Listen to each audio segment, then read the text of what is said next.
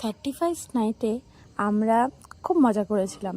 চলে গেছিলাম পাশের একটা রেস্টুরেন্টে, আমি, আমার বর আর আমার মেয়ে আর একটা দাদা।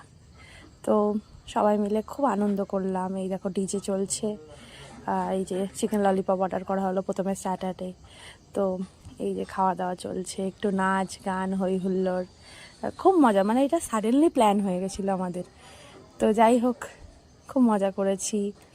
আর পাপানটা খুব নাচতে ভালোবাসে, তো এই গান চললে আর বসে থাকতে পারে না, হাত পা দুলতেই থাকে।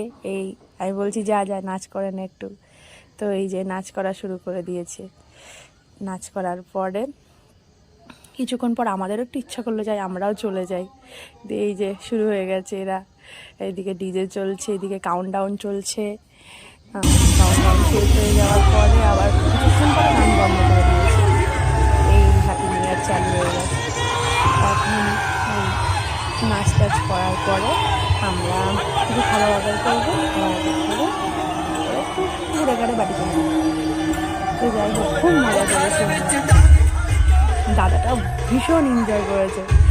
এই যে দেখছো আমার বরকে এই নাচছে, আমিও নেচেছি কিন্তু সেরকম না, এরকম আমি খোলাখুলি নাচতে পারি না। যাই হোক, এই যে পাপানো খুব এনজয় করেছে, এত নেচেছে গরমে নিয়ে গেছে। তারপরে এই একটু সেলফি নিয়েছি আমরা। এই খাওয়া দাওয়ায় তন্দুরি রুটি আর চিকেন হান্ডি অর্ডার করেছিলাম।